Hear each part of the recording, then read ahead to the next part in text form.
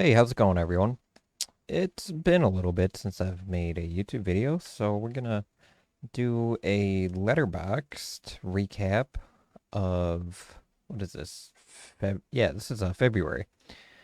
Because today is March 1st, I figured I'd record this and just kind of show what I've watched this past February. Not particularly too many movies on the docket for February. I have started a new job and trying to um, get some experience at that job. But let's get right to it. February started out really well. I watched Doctor Sleep for the first time. I really enjoyed Doctor Sleep. I feel like it's a very, very good sequel to The Shining. I feel like Mike Flanagan did a fantastic job with that film, sort of delving a little bit deeper. I didn't read the book, so I can't really go off of source material and give a comparison for it, but I can say that it was a very good movie. I like watching uh, sort of comedies that are a bit relaxing for me. One of those is The Heat. There's actually a lot of comedy movies out there, in my opinion, that you can really just sort of watch to either have background noise on or just if you want to kick back and just watch something that isn't too serious. And there's plenty of movies out there like that. I then watched 1408. 1408 is, I personally think, a sort of underrated Stephen King short story adaptation. I feel like John Cusack should be in more films. I think he's a great actor and I feel like he has a lot of potential. I don't know if it's his preference that he's not in a lot of movies or if people just don't want to give him a chance. Either or, 1408's a good movie. Then I sort of delved a little bit, saw that Richie Rich was on, I believe, Tubi, so I figured I might as well watch that because it is a movie from my childhood. I had it in a clamshell VHS case and would watch it a decent amount when I was younger. Decided to watch Tron Legacy because I wanted to watch a movie that was very heavy on CGI and a movie that has a just hands down fantastic soundtrack put together by Daft Punk. And I figured I'd watch that because it's decent. The original Tron, I would say, is better, but if you want something that is visually pleasing to the eye, then Tron Legacy is the way to go. I then watched some of the most of the Harry Potters. I didn't watch the first two because I've seen those numerous amounts of time, and so I started with The Prisoner of Azkaban. I skipped The Goblet of Fire because as a kid, I would say The Goblet of Fire was the movie as far as Harry Potter's go, the one that I saw the most. And I want to say, as far as quality goes, maybe not the best out of them because it has, with the Triwizard Tournament going on, it sort of strays away from sort of Lord Voldemort and stuff like that. He doesn't really come up until the last probably 15-20 minutes of the movie, but it is a crucial movie in the series because it's really the movie at the end where it really shows that he is back and he is coming back in full force. The Order of the Phoenix, I would say people either love it or hate it. I personally like it because it shows sort of the um, bureaucracy and I guess government side of Harry Potter, more adult themed in that realm, sort of showing that even in the wizarding world, there are certain pieces of government and stuff like that that can sort of interfere with everyday life. Half Blood Prince, another decent one, and then the Deathly Hallows Part 1. Didn't watch the Deathly Hallows Part 2. I have seen it though, and um, yeah, but I watched these three in one day, and then the Deathly Hallows a few days later. Uh, with the Oscar nominations recently coming out, I figured I needed to watch some of the ones that were contenders for either Best Picture or ones that were just overall like listed a lot.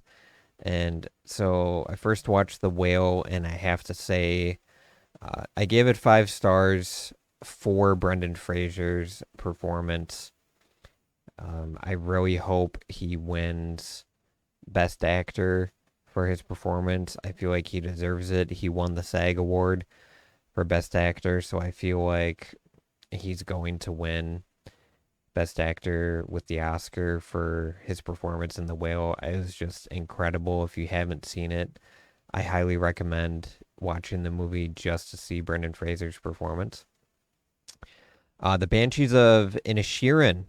This movie, I feel like a lot of people had seen, but then it wasn't really talked about a lot for some reason because I hadn't really heard of it until probably a couple weeks ago. And so I watched that, and it's another movie that I like it a lot because Colin Farrell and Brendan Gleeson and Barry Keoghan give outstanding performances in this movie. And I like it a lot because it is a very original script. It strays away from modern day. It's based in 1923, and it's just people on an Irish island living their daily lives, and it's if you look at it from a straightforward point of view, I would say it's pretty simple in its premise, being that it's just a guy trying to figure out why his friend doesn't want to be friends with him anymore. But as you delve deeper, you realize there's, deeper meaning to the movie. And I have to say, originality is king when it comes to movies. If you have an original script and you can perform it in the best way possible, it is going to be a very good movie. I then watched Knock at the Cabin, M. Night Shyamalan's newest movie. I don't want to say too much about this movie. I gave it 3.5 stars, which I would say is pretty fair for the movie. One thing I will say about it is I feel like if M. Night would have made a movie and written a movie that was his own and original, I feel like he would have done a lot better this year for his newest release. But with it being a um with it being based off of a book and already having sort of source material to go off of, it's not his strongest movie. I then watched Paul, another comedy that if I just want to, because I watched Banshees and then Knock at the Cabin, pretty much back to back, and you know these two, it's a lot to watch back to back, so I still had time. Figured I'd watch just a laid back Simon Pegg, Nick Frost comedy, and that did the trick. And then last night, I was thinking about it, and it was on my way home from work, and I'm like, well, I really want to maybe delve into some Adam Sandler a little bit because um, over the recent years, Adam Sandler has been acting in more serious roles, and so I figured I'd go back and kind of delve into some of his earlier work where it's more of a serious role, and 50 First Dates is one of them. I think his first like real serious role was Punch Drunk Love, but 50 First Dates is another one. So I figured I'd watch that and give it 3 stars. It's a decent little film for Sandman, but yeah, how many movies is this? One, two, three. 13 movies over a course of 28 days. So, one movie every other day, pretty much, with a mix of some binging here and there. Overall, I'd say that's a win for me as far as movies. This year, I'm trying to watch at least 200 movies. I would like to meet that goal, and I feel like I'm on a good path. I think I'm at about 38 right now in the first couple months. So I'm just over halfway so far with it being 58 days, 59 if you include today on the calendar year so far. So I feel like I should be able to hit that mark pretty easily. I'd say towards the fall time and stuff like that, I will see how many movies I watched since then and decide if I'm going to meet that goal. But I feel like I should be able to. No problem. But yeah, I hope you guys enjoyed